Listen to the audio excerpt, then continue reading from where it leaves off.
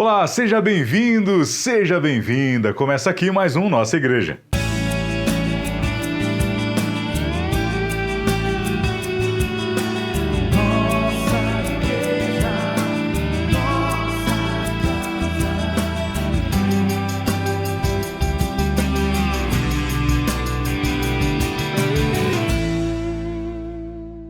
Você que nos assiste aqui na TV União, também nos canais de comunicação da Diocese de São João da Boa Vista, como é bom estar com você, contar com o seu compartilhamento, suas sugestões também em relação aos temas aqui do programa Nossa Igreja, que é uma produção da Pastoral da Comunicação de nossa Diocese e que tem como objetivo trazer informações, o dia a dia, as novidades, os últimos acontecimentos do que acontece aqui em nossa região e também na Igreja do Brasil e do mundo. Sempre como de costume, no início, eu quero convidá-lo e convidá-la a rezar conosco. Que esse seja um momento oportuno de elevar o nosso louvor pela vida que Deus nos concede, pela saúde, pelos projetos realizados, inclusive também agradecer por aquilo que às vezes parece dificuldade, mas que também vem servir como ensinamento para cada um de nós. E que nesta oração também que Jesus nos ensinou, o Pai Nosso, nós possamos, através de cada pedido, elevar essa nossa prece realmente de coração. Em nome do Pai, do Filho e do Espírito Santo. Amém. Pai nosso que estais no céu, santificado seja o vosso nome, venha a nós o vosso reino, seja feita a vossa vontade, assim na terra como no céu.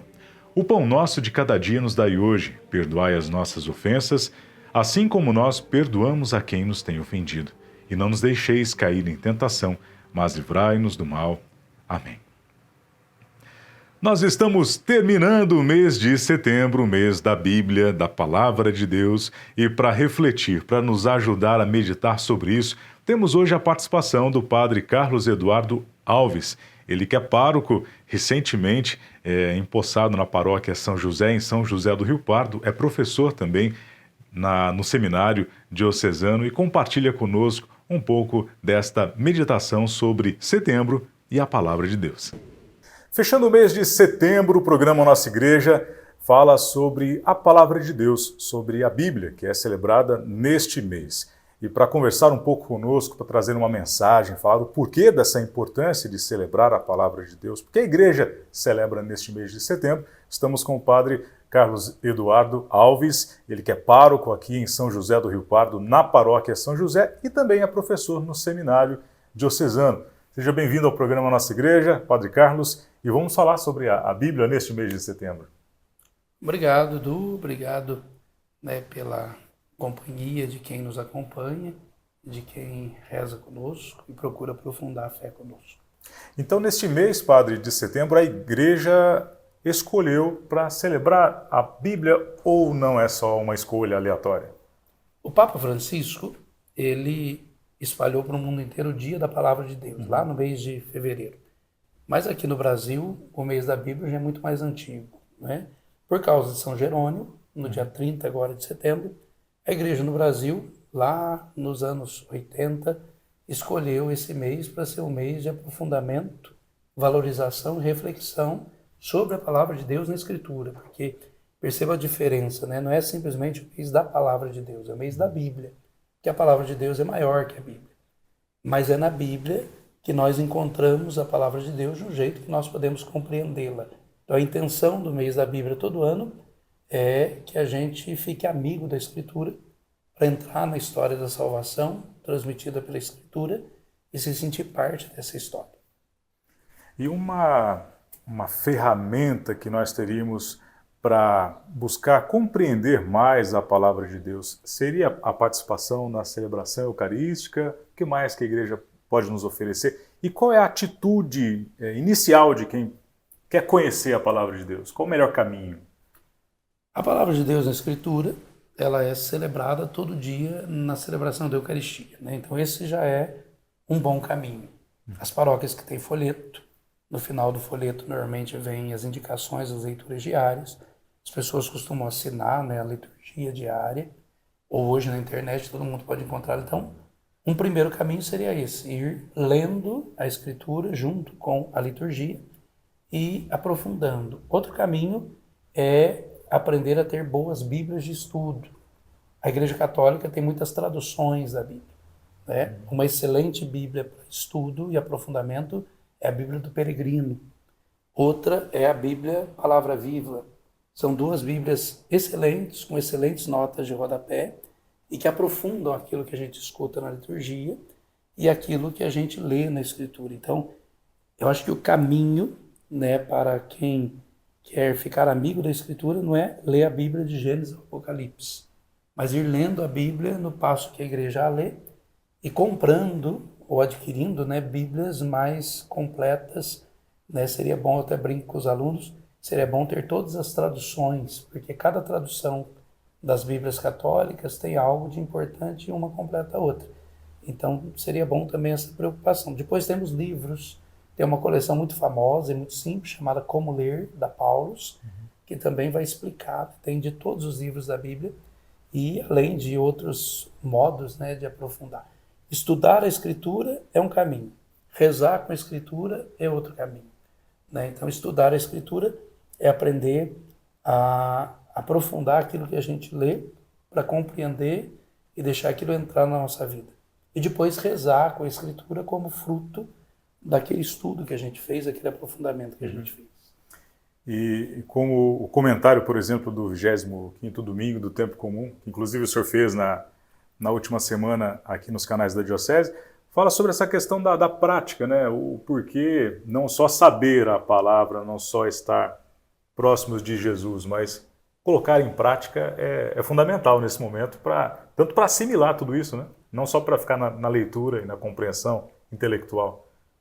A grande briga de Jesus com os fariseus é que os fariseus conheciam a Bíblia da época de ponta a ponta, mas no jeito de viver eles não viviam aquilo que Deus queria. Então, realmente, quando a gente lê a Escritura, é para aprender a viver do jeito que Deus quer, para entrar na história de salvação. Nos Evangelhos, nós vamos vendo o jeito que Jesus faz as coisas, para que nós aprendamos a levar uma vida parecida com a dele. Em todo o resto da Escritura, e aprendendo aquilo que Deus quer e aquilo que o ser humano quer. E aprender a sempre escolher o que Deus quer.